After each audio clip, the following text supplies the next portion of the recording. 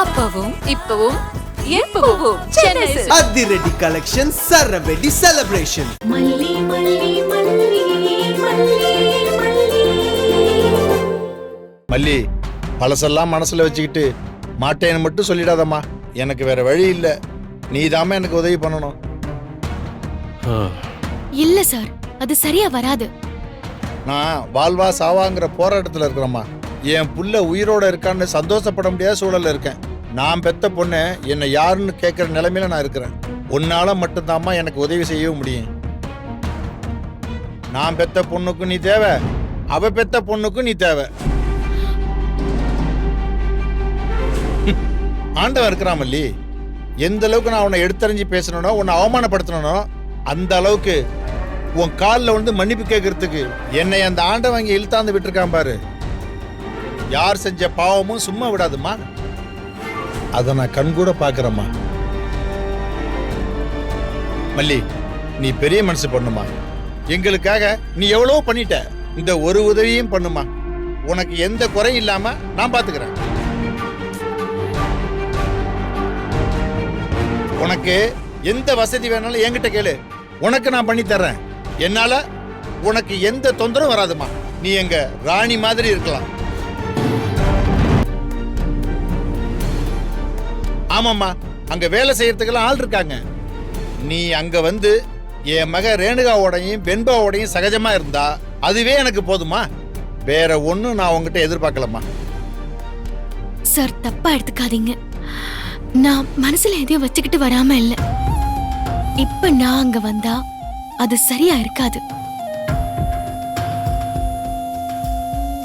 ரேணுகா அக்கா கூட இவரும் வெண்பாவும் தான் இருக்கணும். அதுதான் முறை. ரேணுகா அக்கா சரியாயிடுவாங்க. நான் சாமி கிட்ட பிரார்த்தனை பண்ணிக்கிறேன் சார். சாமி என்னம்மா சாமி, என் கண்ணுக்கு நீதாம்மா குலசாமியா தெரியுற. அடேங்க அப்பா, போட்டாம் பாரு ஒரு பிட்ட. ஆனா இந்த பிட்டுக்கெல்லாம் மயங்குற ஆள் இல்ல எங்க மல்லி. மல்லி, நான் கையேந்தி உங்ககிட்ட தர்மம் கேட்கிறேம்மா. நீ மாட்டேன்னு மட்டும் சொல்லிடாதம்மா. ஐயோ சார், ப்ளீஸ் சார், இப்படி எல்லாம் பண்ணாதீங்க. முதல்ல புரிஞ்சுக்கோங்க.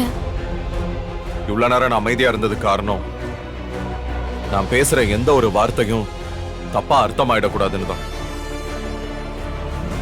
வெண்பாவை கூட்டிட்டு போயிடுங்கன்னு நீ எந்த அர்த்தத்துல சொன்னேன்னு எனக்கு தெரியல மல்லி. ஆனா ஒரு கண்ணு தான் இருக்கேன்னு இன்னொரு கண்ணை குருடாக்கிக்கிறவன் நான் இல்ல. இத பாருங்க, வெண்பாக்காகவும் ரேணுகாவுக்காகவும் மல்லி எதையுமே விட்டு கொடுக்க தயாரா தான் இருப்பா. ஆனா வேணாம் சார், விட்டுருங்க. இது சரி வராது. மாப்பிள்ள, எதா இருந்தாலும் ஓப்பனா சொல்லுங்க. நான் என்ன செய்யலான்னு பாக்குறேன். எல்லாத்துக்கும் ஒரு மாற்று வழி இருக்குது. மல்லி இல்லாம நான் இங்கேருந்து போகவே மாட்டேன் மாப்பிள்ள. உங்களுக்கு தெரியாததோ ஒண்ணும் இல்ல. நேத்து ஒரு நைட் அங்க இருந்தப்பவே நிஷா நடந்துகிட்டது எனக்கு சுத்தமா பிடிக்கல. அவ என்ன யோசிக்கிறான்னே எனக்கு தெரியல. அவ வெண்பா கிட்ட நடந்துகிட்டது எனக்கு சுத்தமா பிடிக்கல. ரேணுகா மேலேயும் அவளுக்கு பெருசா அக்கறை இருக்கிற மாதிரியே தெரியல. ஐயோ மாப்பிள்ள, அப்படிலாம் சொல்லாதீங்க. அவ ரேணுகான்னா உயிரே விட்டுருவா. ஒவ்வொரு வருஷமும் அவளுக்கு திதி கொடுக்கணும்னு நாங்க ஒரு முட்டாள்தனம் பண்ணி இருந்தோம் பாருங்க. அதெல்லாம் அவ தான் பண்ணுவா. அதான் நீயே முட்டாள்தனம்னு சொல்லிட்டியே, அப்புறம் என்ன? அது ஏதோ ஒரு மன உளைச்சல் அப்படி நடந்துக்கிட்டான்னு நினைக்கிறேன். என்னடா இது, நம்ம குடும்பத்துக்கு இப்படி சோதனை மேல சோதனையா வருதுன்னு அவன் நொந்து போயிட்டா மாப்பிள்ள. அதான், வேற ஒண்ணும் இல்ல.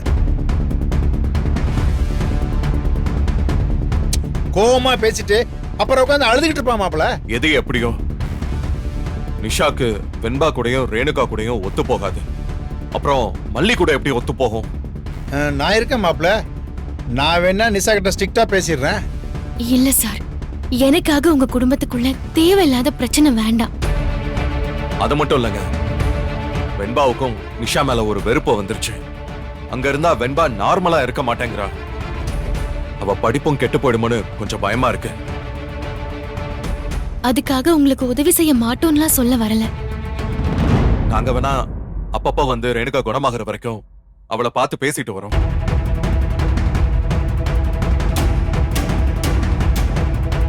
சரி மாப்பிள்ள, விடுங்க. நீங்க யாரும் அங்க வர வேண்டாம். அப்பாடா, சரி சரி, இடத்த காலி பண்ணியா? நான் இப்படி சொல்லிட்டேன்னு தப்பா நினைச்சுக்க மாட்டீங்களா சார்? இல்லம்மா, இதுல தப்பா நினைக்க என்ன இருக்கு? நீங்க சொல்றதுலயும் நியாயம் இருக்குல்ல. என்னால மறுத்து பேச முடியலையே. நீங்க எல்லாம் இங்கேயே இருங்க. நான் வேணா இந்த வீட்டுக்கு வந்துடுறேன்.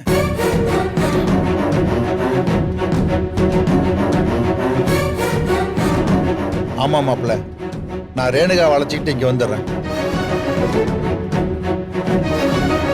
மல்லி, இது உங்க பெரியம்மா வீடு. மாப்பிள்ள கூட உன்னதான் பாக்குறாரு. முடிவு எடுக்க வேண்டியவ நீ. ரேணுகாவை நீங்க ஏற்கனவே நல்லபடியா வச்சு பாத்துக்கிட்டு இருந்தீங்க. இந்த வயசானவனுக்கும் உங்க வீட்டு மூலையில ஒரு இடம் கொடுக்க மாட்டீங்களா?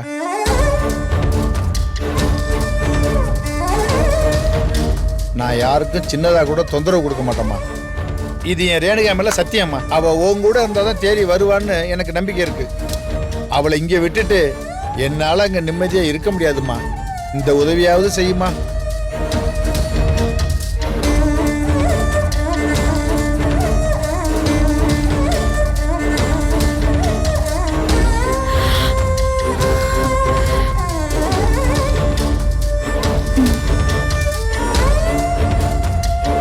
ரொம்ப நன்றிம்மா.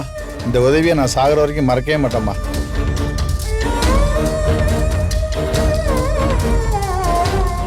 மியூசிக் அப்பவும் இப்பவும் எப்பவும் சென்னை சில்க்ஸ். அதிரடி கலெக்ஷன் சரவெடி செலிப்ரேஷன்ஸ். இந்த வீடியோ உங்களுக்கு பிடிச்சிருந்தா லைக் பண்ணுங்க, ஷேர் பண்ணுங்க, காமெண்ட் பண்ணுங்க. மறக்காம சரிகமா டிவி ஷோஸ் தமிழுக்கு சப்ஸ்கிரைப் பண்ணுங்க.